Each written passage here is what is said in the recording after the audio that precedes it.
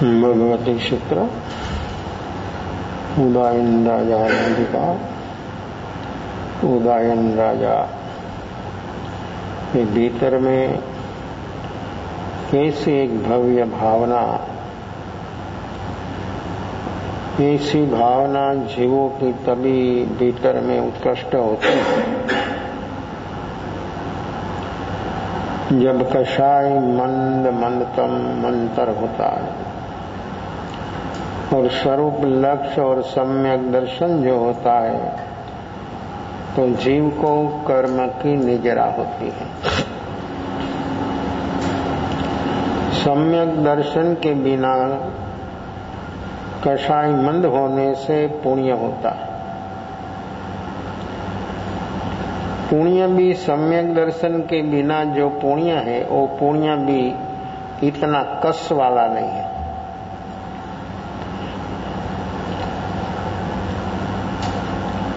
पुण्य में भी बहुत बहुत विविधता है। व्यक्ति के भीतर किस किस प्रकार का भाव, माध्यम कोई भी हो, लेकिन व्यक्ति के भीतर भाव व्यक्ति का हरदम बहुत बहुत उपयोगी है, जरूरी है। भाव के बिना और शुद्ध भाव जब व्यक्ति का निर्विकल्प अवस्था, ऐसी अवस्था जब होती है तब कर्म की निजरा होती है। निर्विकल्प अवस्था के बिना कर्म की निजरा होना संभवित नहीं है। भाव होता है, पुण्य होता है, अच्छा भव मिलता है, लेकिन भव कठिन नहीं। भवों का कारण मिटता नहीं।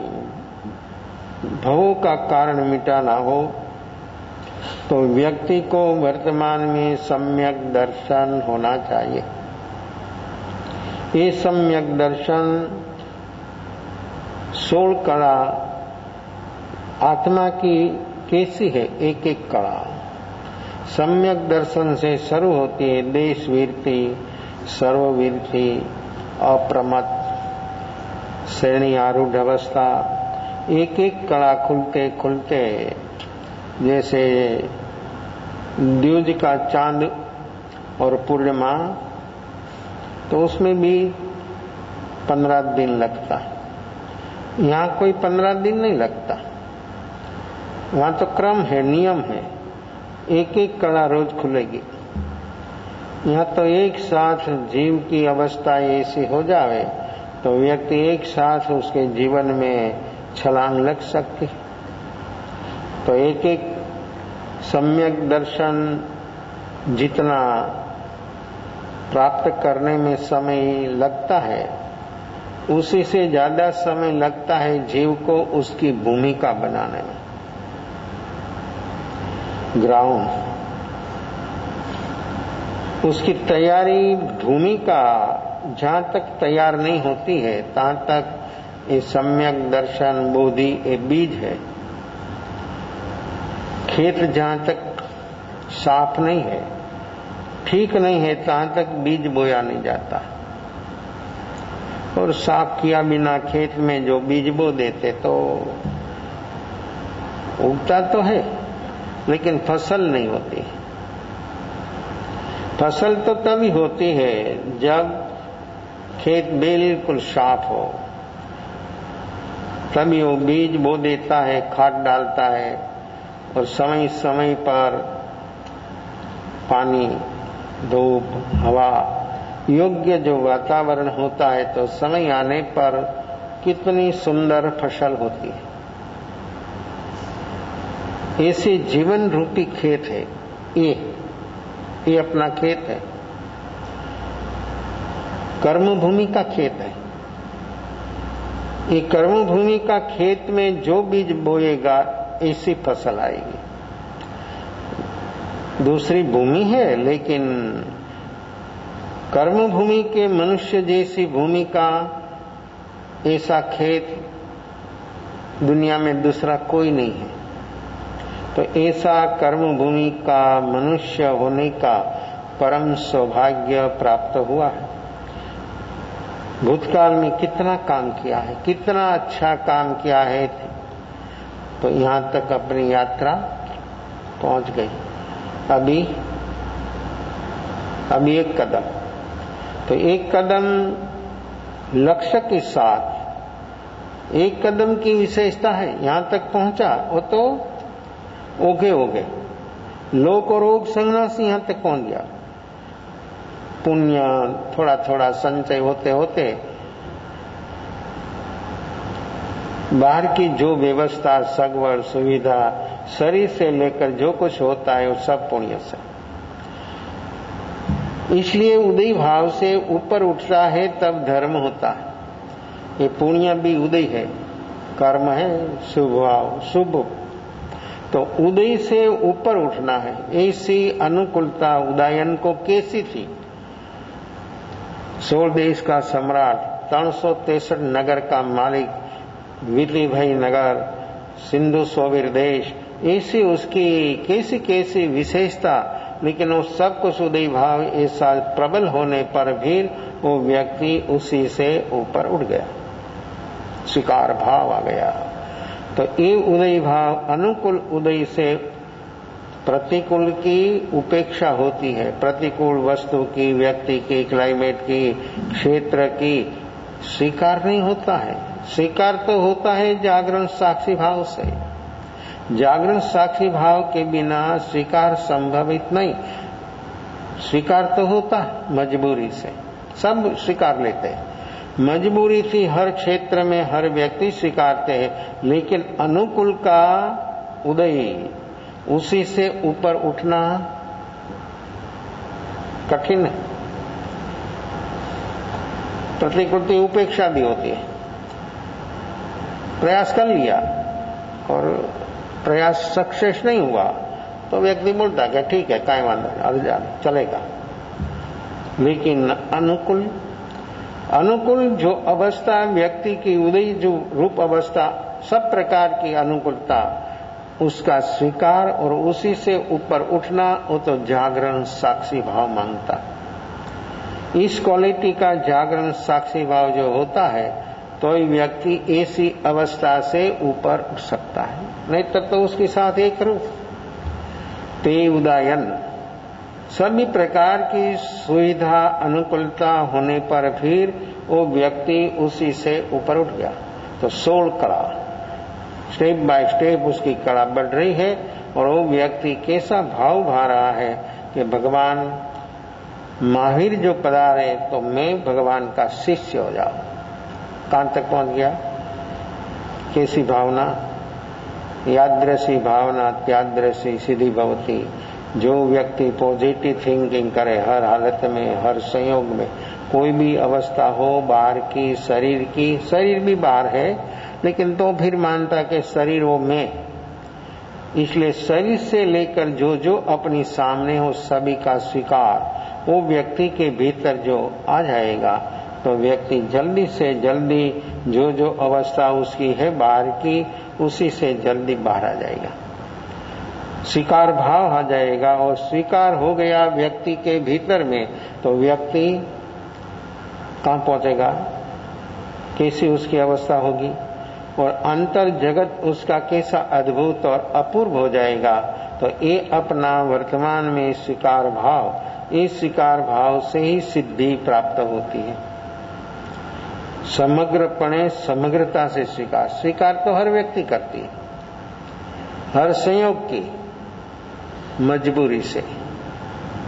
मजबूरी से स्वीकार वो स्वीकार नहीं है। जागरण साक्षी भाव के साथ जो स्वीकार है वो स्वीकार जीव को बहुत लाभदायी है।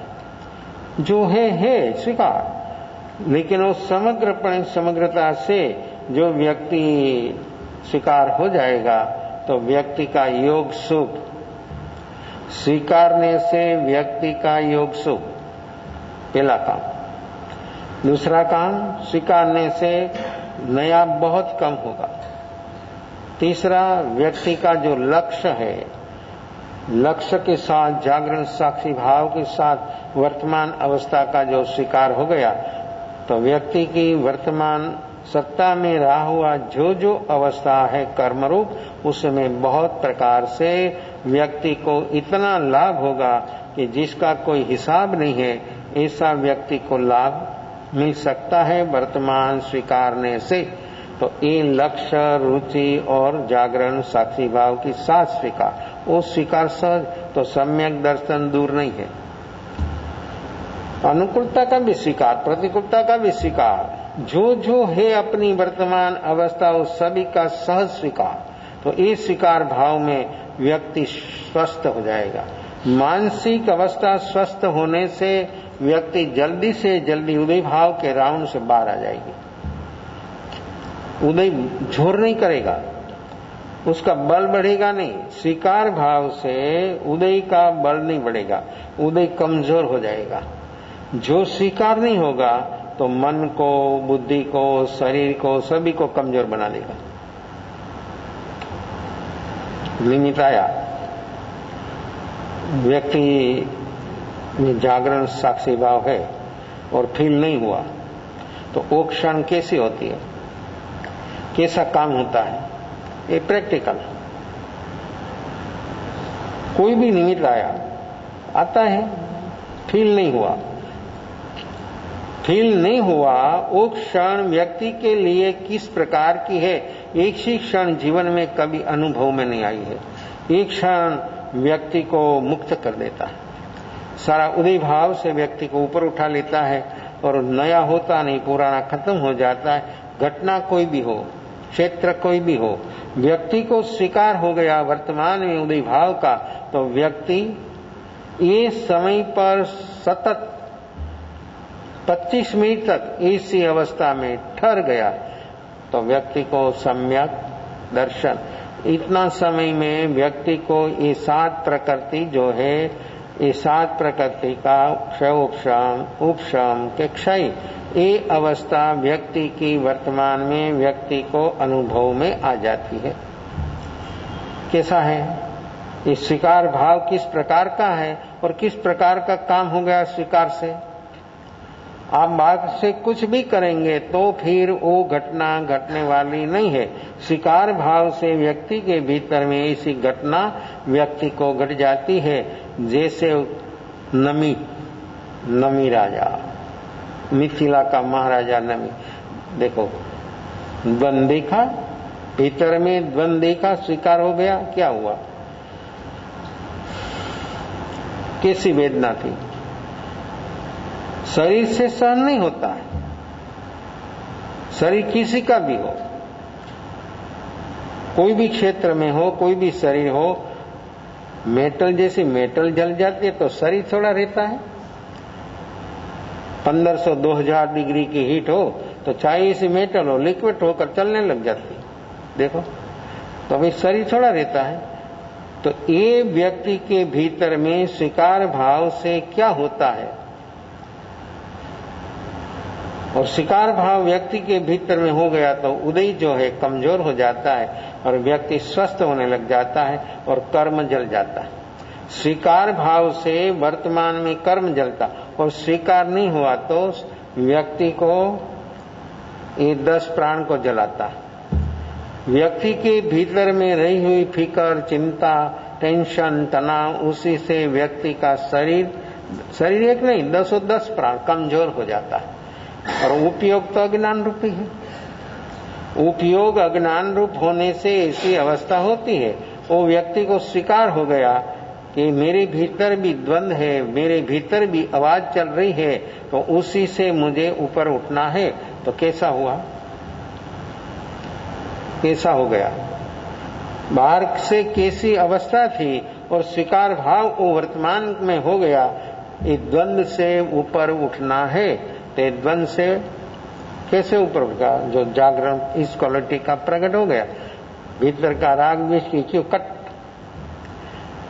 मैं बोलूं ने इतना समय कट होने में नहीं लगता। मैं बोलूं और आप लोग सुनते हैं ना, आमने सामने है ना, इतना समय ये राग द्वेष की क्यू को कट होने में नहीं होता। जो व्यक्ति का जागरण इस प्रकार का हो तो, और जागरण नहीं होता तो चलता रहता है रूटीन, और चलता रहता है, अनंत काल से चल रहा है और उसको मालूम भी नहीं है। व्यक्ति को मालूम है, मानता है कि ऐसा चलता है, दिखा है, महसूस किया है। देखने का तो अभ्यास है नहीं, तो फिर मालूम तो है नहीं, मानता है। तो मानने से नहीं होगा, जानने से होगा। जानना है, व्यक्ति को देखना कि मेरे भीतर किस प्रकार का ट्रैफिक चल रहा है। वो व्यक्ति जो देखेगा तो थोड़ी क्षणों में ही ट्रैफिक धीमा होने लग जाएगा, इतना धीमा हो जाएगा। और फिर देखना का जारी रखेगा तो ए क्यू कट हो जाएगी। बस वो क्षण है वर्तमान निर्विकल्प। ऐसी निर्विकल्प अवस्था में ये नमी डूब गया। कैसा हुआ, कैसी घटना, बाहर का वातावरण कैसा, लोग कितना चिंतित थे, लेकिन वो सब चिंताओं से खुद व्यक्ति मुक्त हो गया तो सारी स्वस्थता, चारों शारीरिक मानसिक सब प्रकार की स्वस्थता कितनी क्षणों में व्यक्ति को अनुभव में आ गई। तो कैसा हो गया, खड़ा हो गया। जाति श्रवण ज्ञान, सम्यक दर्शन, जाति श्रवण ज्ञान, भूतकाल की सीरियल उसके सामने आ गई। कैसा कैसा भाव, ये जीव ने कैसा कैसा भोग किया है। जगत में 14 राजलोक क्षेत्र में एक गति, एक जाति, एक योनि, अगर एक पॉइंट, 100 की नोक का एक पॉइंट जितना क्षेत्र ये जीव ने जन्म मरण के बिना स्पर्शना न की है, उसी बनानी है। समस्त विश्व सिर्फ है इंडिया के सारा वर्ल्ड नहीं, तो बहुत छोटी चीज है।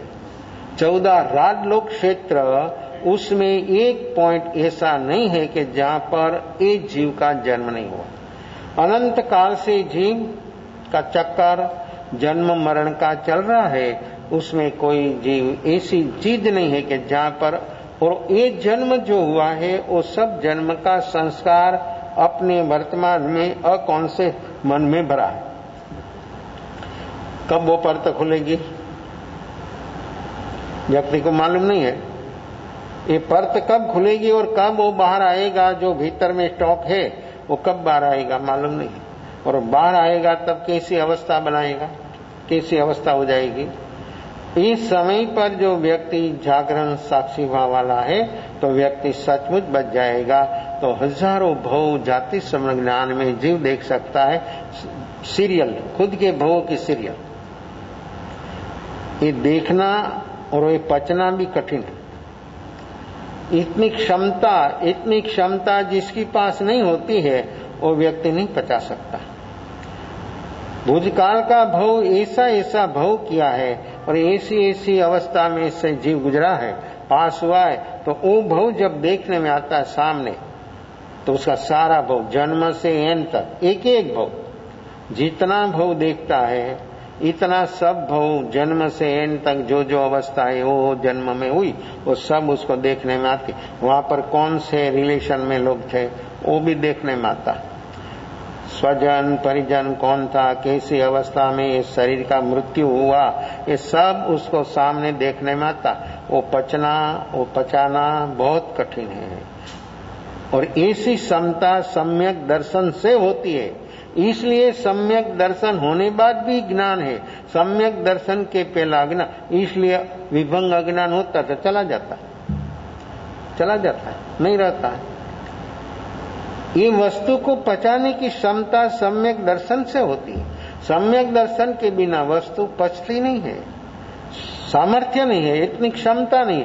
कैसे पचेगा, तो विकृति हो जाएगी और चला जाएगा। इसी अवस्था को व्यक्ति को बराबर सेट होना चाहिए। और व्यक्ति वर्तमान में कौन सी अवस्था और भूतकाल की कौन सी अवस्था थी, ऐसी एक एक घटना जब देखते हैं तब व्यक्ति को ऐसा हो जाता।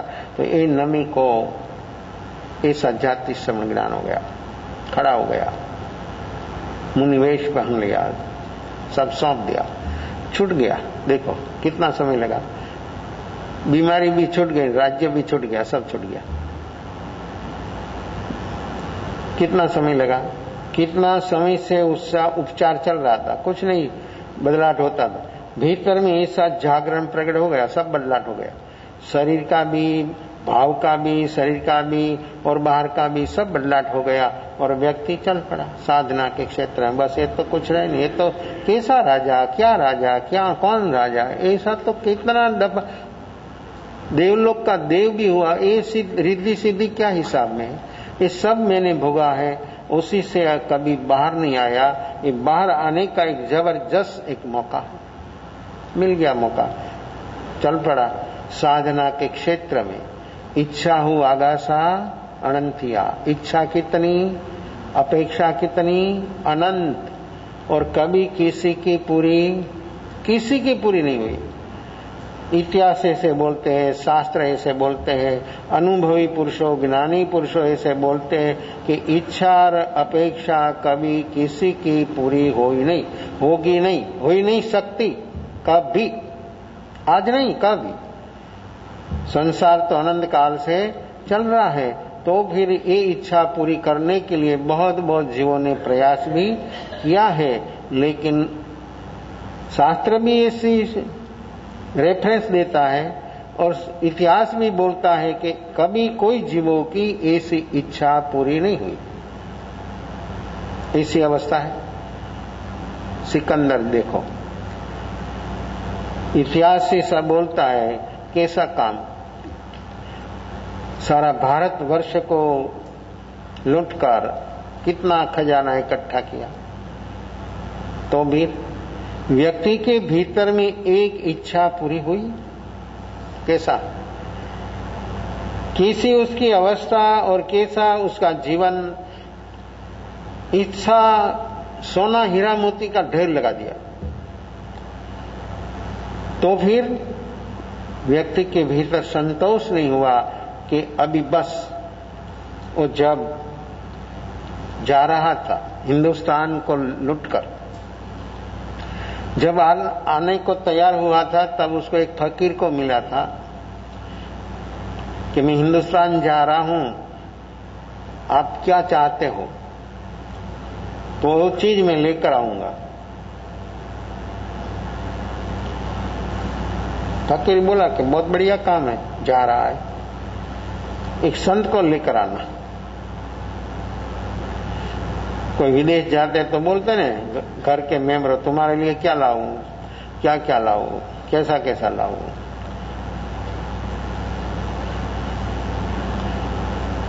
ये तो फकीर, तो उसने बोला कि कोई संत, हिंदुस्तान में संत है, संत को लेकर आना।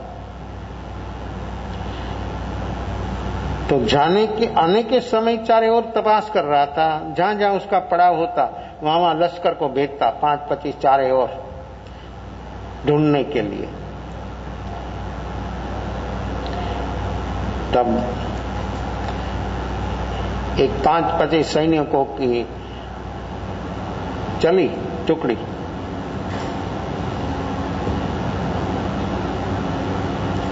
ढूंढते ढूंढते एक नदी किनारा पर पहुंच गया। सुबह का समय, बहुत सुंदर सुबह, नदी किनारा। एक व्यक्ति नदी की रेत में सोया था। सुबह की इतनी सुंदर धूप, शांत वातावरण, जंगल होता तो होता है, अपने भीतर जो ट्रैफिक जंगल, अपना भीतर में विचारों का जंगल है, वो जो बंद हो जाता है तो व्यक्ति को मालूम होता है कि स्वस्थता और शांति क्या है। हमने कभी सही शांति, सही स्वस्थता कभी अनुभव में आई नहीं है। औपचारिक तो है और होगा, लेकिन सही तो तभी होता है जब व्यक्ति भीतर में प्रकृतियों से जब ऊपर उठता है तब।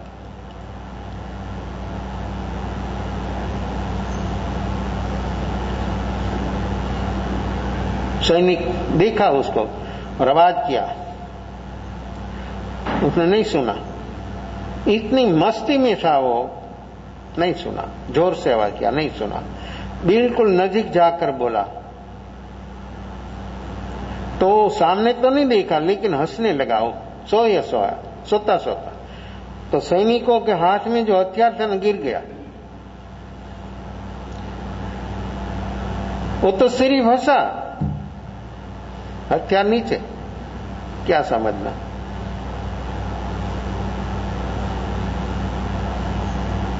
हथियार सैनिक 5-25 हथियार नीचे गिर गया और इतना वो हंसा ऐसा।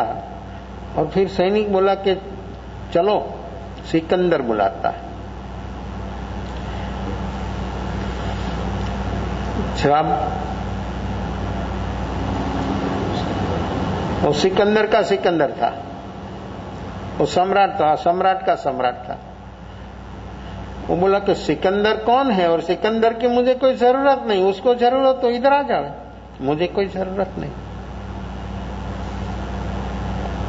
जवाब सुनकर सैनिक तो ऐसा हो गया कि ये क्या है और व्यक्ति क्या है, ऐसी व्यक्ति तो कभी देखी नहीं थी। सिर्फ हंसने से तो सब ऐसा नरम हो गया। सब लोग आया, वापिस समाचार दिया कि ऐसा बोलता है, मेरा हुक्म का अनादर कोई करने वाला नहीं, और करे तो क्या होता है, धड़ से सिर अलग। उसके पास तो वही नियम, वही कायदा, और मृत्यु सामने आ जाती तो कोई भी व्यक्ति तो भयभीत हो जाना, रोना लग जाता है, हाथ जोड़कर डॉक्टर को बोलता है, डॉक्टर साहब तुम भगवान हो, तुम बचा दो। कोई भी हो न, जब सामने मृत्यु आती है तब व्यक्ति को मृत्यु का भय कितना। हर जीव को मृत्यु का भय, कोई भी जीव हो, देव दानव मानव पशु, शेर भी हो तो भी क्या रो, भयंकर कोबरा नाग हो तो फिर क्या, जब आमने सामने आ जाता वो भी खड़ा रह जाता है, उसको भी मृत्यु का भय। सभी को मृत्यु का भय है। जीवन जो जीते हो सभी को मृत्यु का भय है।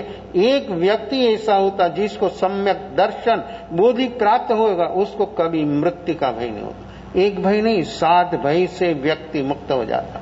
वो साधना, ये उपलब्धि है। आप जो मानते हो उपलब्ध, आप तो भय क्यों? आपको जो ऐसी उपलब्धि है, आप जिसी से बोलते कि हम बराबर सेट है, सेपरेट है, तो फिर भय किसका?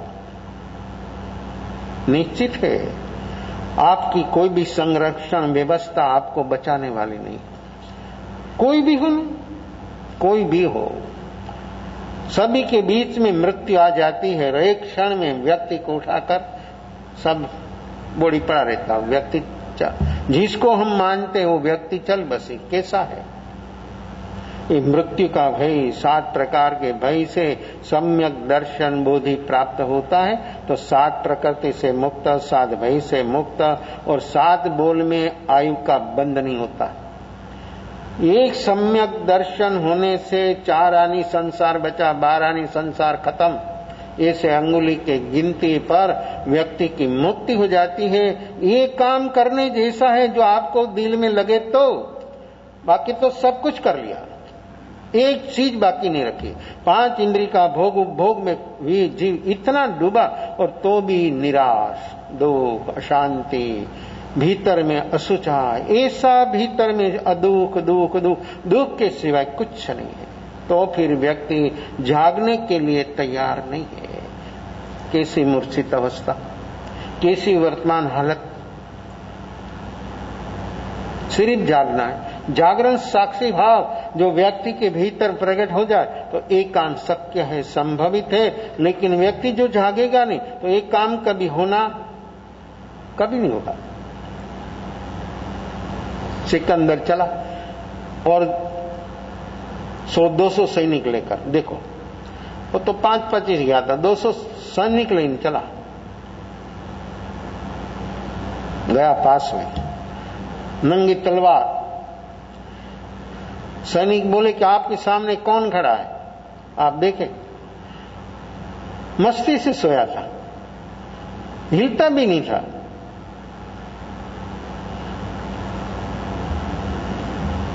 सैनिक बोला कि आपके सामने सम्राट सिकंदर खड़ा है, आप कुछ भी मांगे। कैसा जवाब है? ये जवाब सुनकर ही उसको तो ऐसा हो गया कि ये व्यक्ति और ये व्यक्ति की हालत क्या है, उसकी अवस्था क्या है। जिसके पास सत्ता होती है, संपत्ति होती है, वो व्यक्ति से ऐसा ही समझता है, ऐसा ही मानता कि मैं सर्वोपरि सर्वश्रेष्ठ हूं। लेकिन उसको कायदा कलम उसको झुका देता है, गिरफ्तार कर देता। लेकिन जिसके भीतर में जैसे बोधि सम्यक दर्शन प्राप्त हो गया, वो व्यक्ति को कोई कभी नहीं झुका सकता है और व्यक्ति को कोई हरा नहीं सकता है। क्यों? जीतने का भाव ही नहीं होता। किसी को जीतने का भाव नहीं तो कौन हरा सकता? कोई नहीं हरा सकते। कभी उसका कोई अपमान नहीं कर सकते कि वो मान सम्मान चाहते ही नहीं। 2 कौड़ी भी कीमत जिसकी नहीं, उसके लिए जीवन भर व्यक्ति भागता। मान सम्मान की 1 कौड़ी की कीमत नहीं है, उसके लिए जीवन भर दौड़धाम, और एक क्षण में व्यक्ति को कैसा हो जाता। तो जिसको मान सम्मान की इच्छा अपेक्षा ही नहीं है, उसको कभी कोई अपमानित नहीं कर सकता है। कभी किसी को जीतना नहीं, उसको कोई पराजय नहीं कर सकता। वो सभी के पर प्रकृतियों पर जिसका विजय है, वो सर्वोपरि विजय है। 5 इंद्रियों पर जिसका विजय है, वो सर्वोपरि विजय है। बाहर का विजय तो पराजय में बदल जाता है। कोई भी हो, कोई भी हो, एक दफा जो व्यक्ति ऐसा काम करेगा तो व्यक्ति उसके पर विजय मिलेगा। व्यक्ति इतना सजाग हो जाएगा, सावधान हो जाएगा, तो पराजय होने पर भी विजय प्राप्त हो जाएगा। लेकिन भीतर में जहां तक प्रकृति और इंद्रियों पर विजय नहीं है, तहां तक हर जीव पराजित है, सब जीव दुखी है। ये सम्यक दर्शन, ये बोधि, ये प्राप्त करने के लिए समय मिला है, शक्ति मिली है, तो व्यक्ति किस लिए प्रमाद कर रहा है? किसके लिए प्रमाद कर रहा है? खुद के लिए तो जागरण साक्षी भाव है। ये जागरण साक्षी भाव जीव में नहीं प्रकट होगा, नहीं प्रगटेगा, तो जीव कभी भी ये अवस्था का अनुभव होना कभी संभवित नहीं है।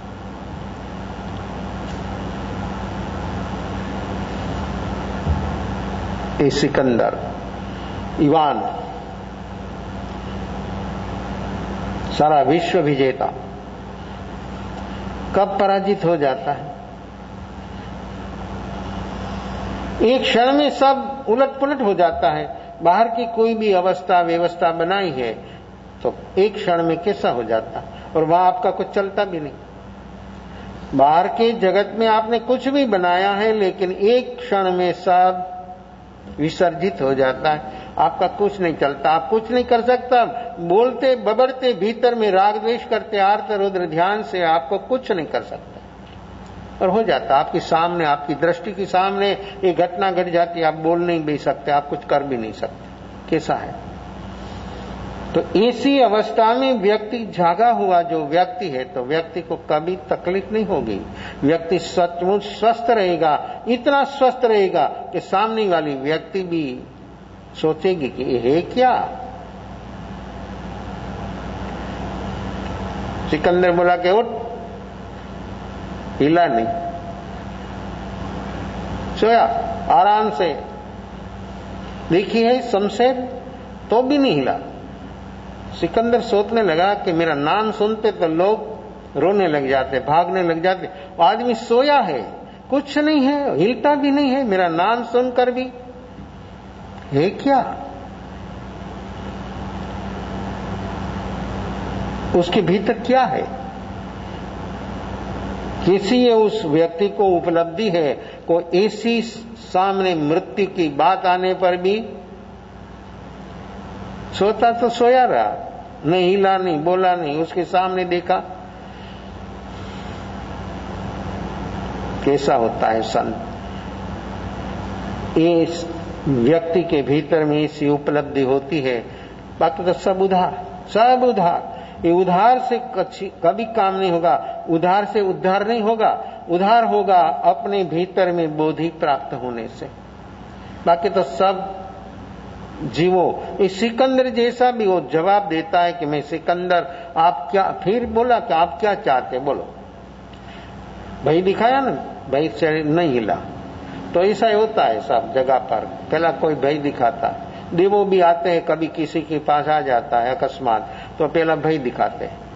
भय में जो हिला नहीं तो फिर लालच दिखाते कि आप क्या चाहते हैं बोलो, आप जो बोलो मैं दे देता हूं वरदान।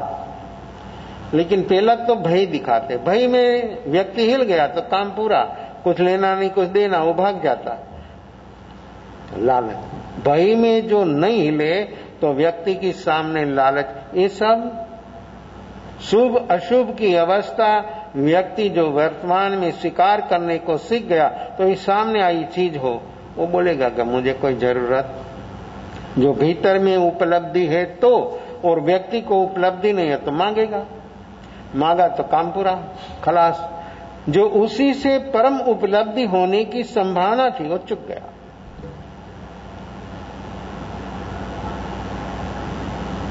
तभी वो बोला कौन सिकंदर है, तू तो भिखारी हो।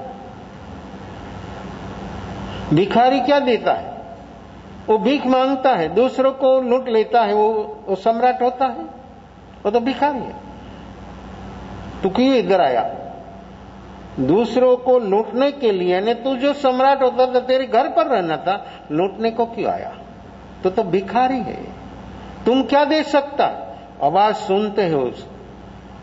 सिकंदर भी सोचने लगा कि ऐसी व्यक्ति, और कुछ बोल नहीं पाया उसके सामने।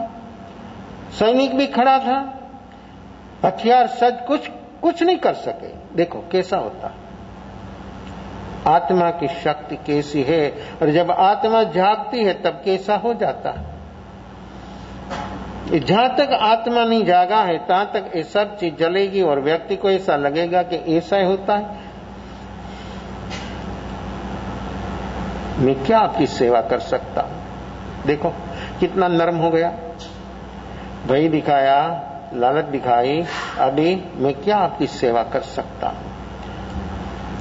मैं आपके जैसी शांति चाहता तो क्या शांति, तुम बेकार आदमी हो, शांति तुमको नहीं मिलने वाली।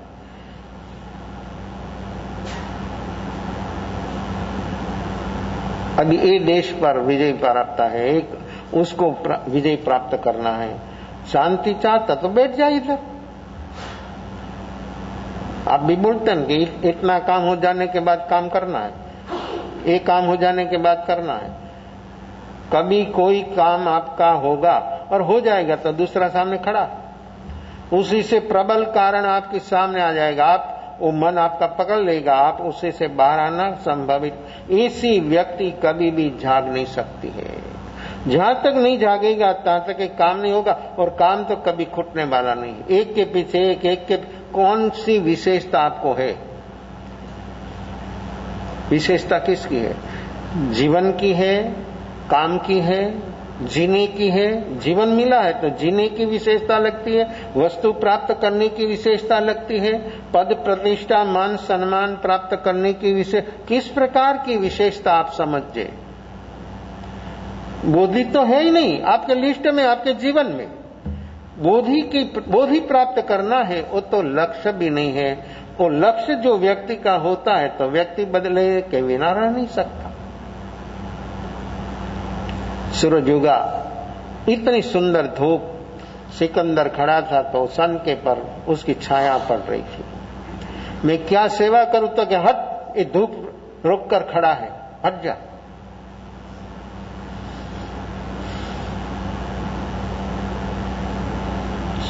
अंदर सोचने लगा कि व्यक्ति इतना समय में इतनी ऐसी व्यक्ति तो मैंने कभी देखी नहीं है, व्यक्ति में है क्या।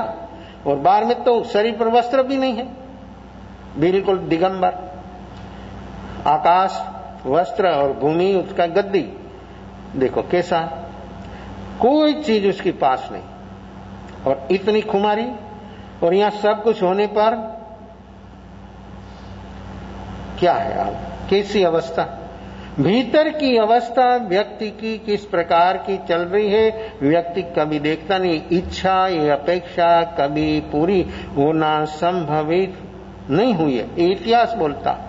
शास्त्र तो बहुत आप लोगों ने सुन लिया है और सुनते रहते हैं। जागने की बात आते तो कैसे होता, जागने का होता तो भी कैसे होता, और जागने को भी तैयार नहीं है तो व्यक्ति को काम कब होगा, कैसे होगा, ये तो सब जीवन ही ऐसा रह जाएगा और व्यक्ति यहाँ से एक क्षण में सब जो आपकी योजना, इच्छा हो, अपेक्षा जो बनाई, एक क्षण में सब खत्म, चल बसेगा, सब रह जाएगा।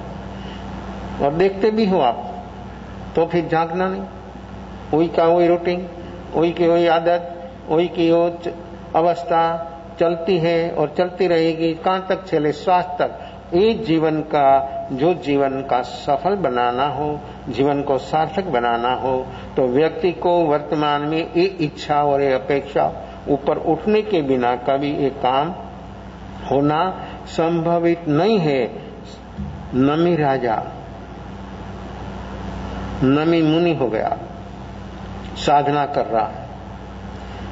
इंद्र विप्र का रूप लेकर आया उसके सामने और एक एक प्रश्न खड़ा किया, तुम्हारा ये मुनि होने का क्या कारण, क्या हेतु? ये मिथिला, सारे शहर इतना कोलाहल हो रहा है, भयंकर, ये लोग इतना दुखी है आपके बिना, वो सभी को आप ठीक कर जाओ, एक दफा वापिस आ जाओ। ये इंद्र का प्रश्न। जवाब,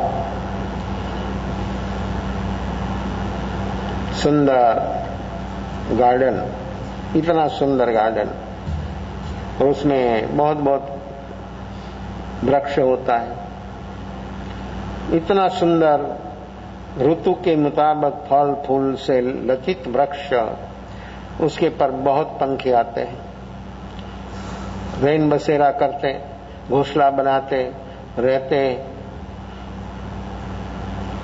कोई साइक्लोन आता है, जीवन में भी आता है, बाहर में भी आता है, हर जीव को आता है साइक्लोन। तब क्या हालत होती है? जब ऐसा होता है तब ये वृक्ष की जड़ कितनी मजबूत, जो मजबूत जड़ होती है तो टिक जाता, नहीं तब गिर जाता है। ऐसा कोई फल फूल से युक्त सुंदर वृक्ष गिर गया, फिर वो पंखी क्या करेगा? गिर गया, जिसके पर उसका सब आश्रय था और वहीं रहते थे, वहीं घोंसला, वहां सब कुछ था, वो गिर गया, फिर क्या होता है? पंखी कैसा कोलाहल करते हैं, क्यों? वृक्ष गिर गया इसलिए। तो फिर उसको जो आश्रय मिलता था, छाया मिलती थी, सुंदर फल मिलता था, वो सब क्या, कैसा? तो ये नमी को मिथिला छोड़ने के लिए लोग कोलाहल नहीं कर रहा है,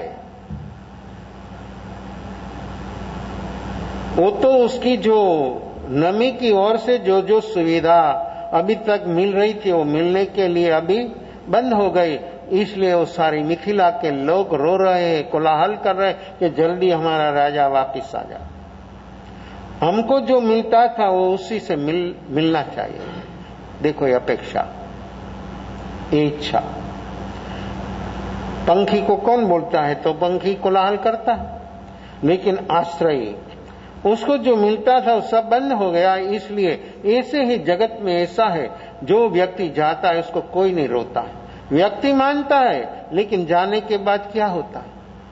उसकी ओर से जो मिलता था वो सब मिलने का बंद हो गया, इसलिए पीछे वाले लोग रोते हैं।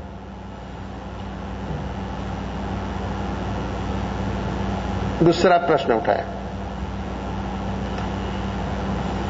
मिथिला में लपटों निकल रही थी, देखो तुम्हारी मिथिला जल रही है, तुम्हारा अंतेउर, तुम्हारा राज दरबार जल रहा है, पहले ही चल रहा है, आओ जल्दी वापिस और उसको ठंडा कर दो, ठीक कर दो, आ जाओ वापिस। और वो भी देखता था कि बात तो तेरी सही है, जवाब देता है, देखो कैसा जवाब आता है, जैसा उसका प्रश्न ऐसा उसका जवाब, और एक जवाब ऐसा सुनकर वो निरुत्तर हो जाता था।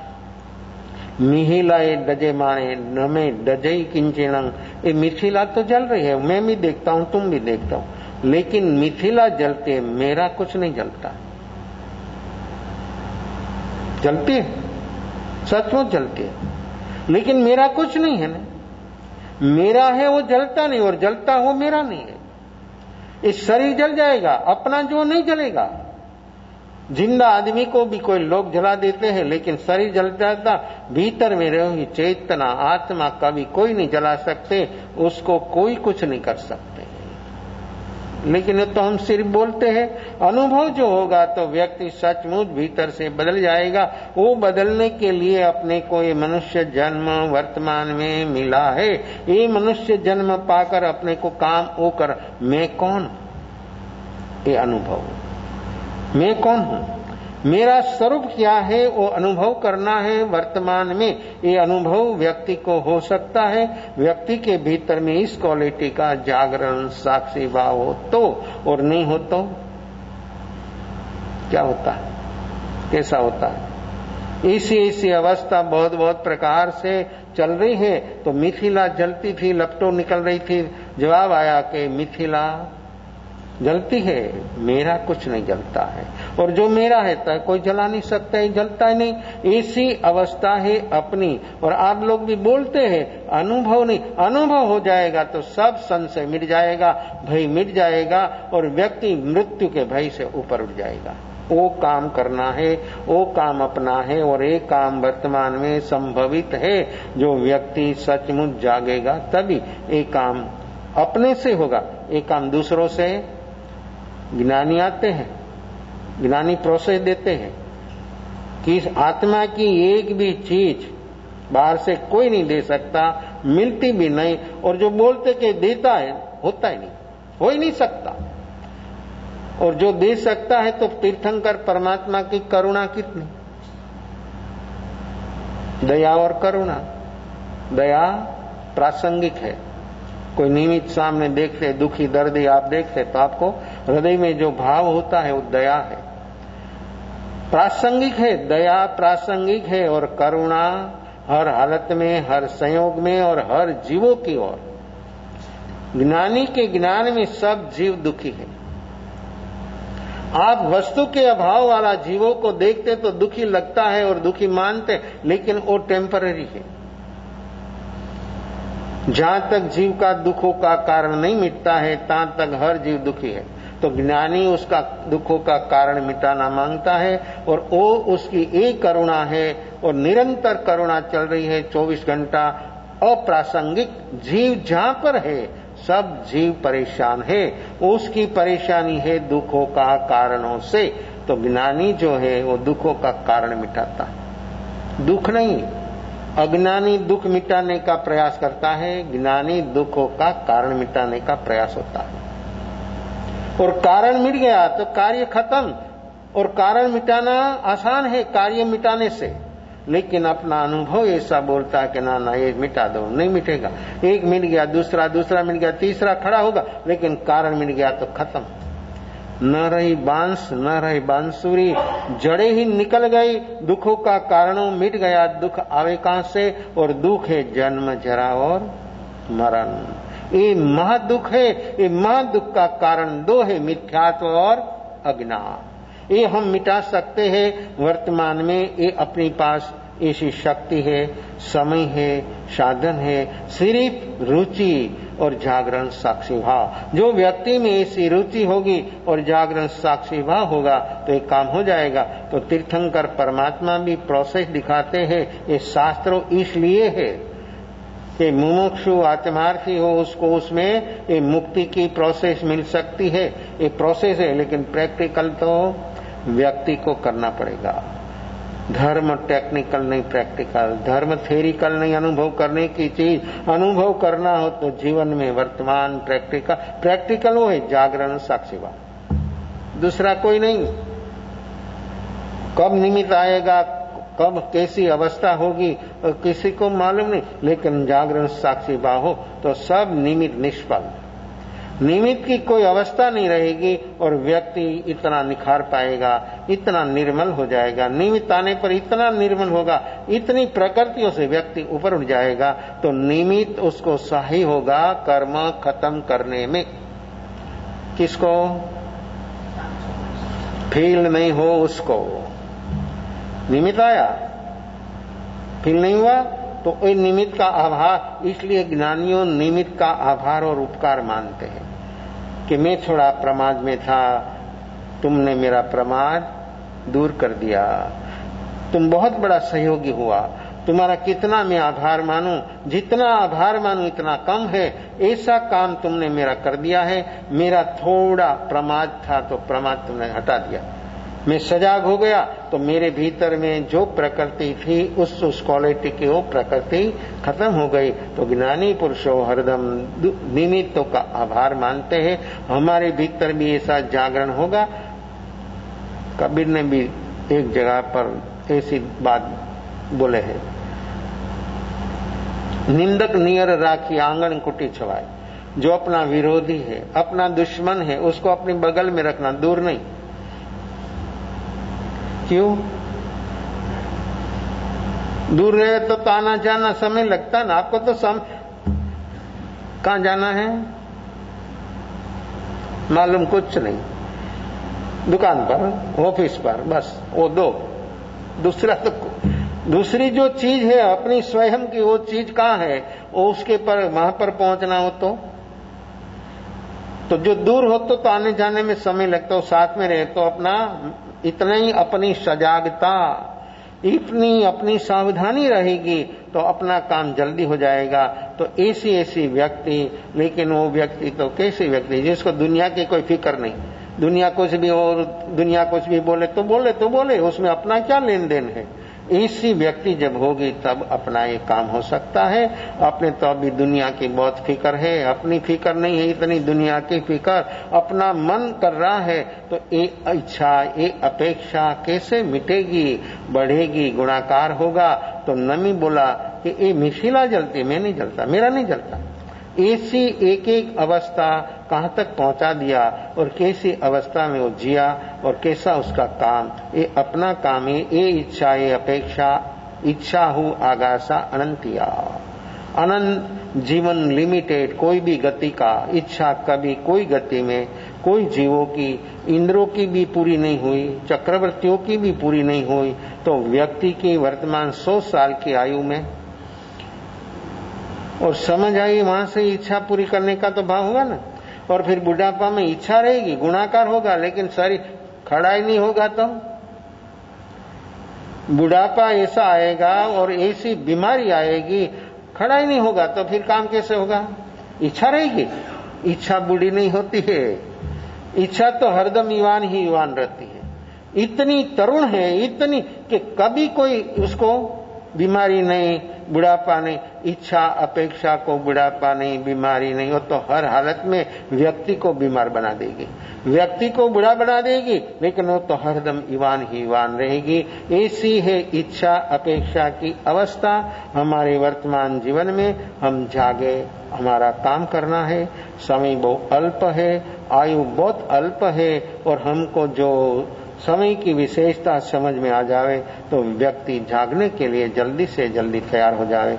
ऐसा जागरण साक्षी भाव प्रकट करने के लिए सब जीवों सद्भागी हो, ऐसी शुभ मंगल भावना विशेष भाव भेद चदारी मंगलं हरियंदा मंगलं दामंगलं साहु मंगलं गवली मंगलं चदारी लुगदमा हरियंदा लुगदमा लुगदमा साहु लुगदमा गवली वनंदो लुगदमा चदारी शरणं मौजामि हरिहंता शरणं मौजामि सिद्धा शरणं मौजामि साहु शरणं मौजामि केवली पनंदं धमं शरणं मौजामि चार मंगलं यारतं यार संहृदय बहुसागरमान हृदय सकल कर्मणोऽणयन् नमो सदनां सकलयनन् भावधरी जय गुणगाय जीवधरी वेदाय संसारमाय शरणाजा और शरण नहीं को जय नर नारी आदरे अक्षय अविचल बलो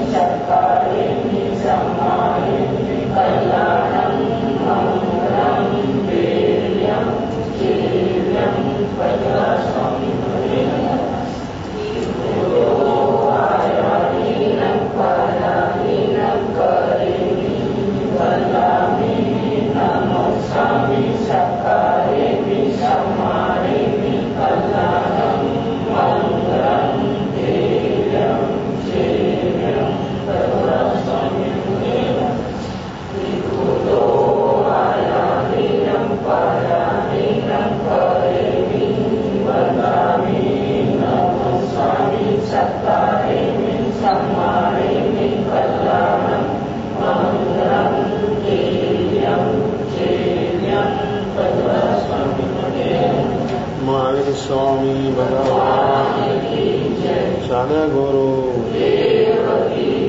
कठोर वेदा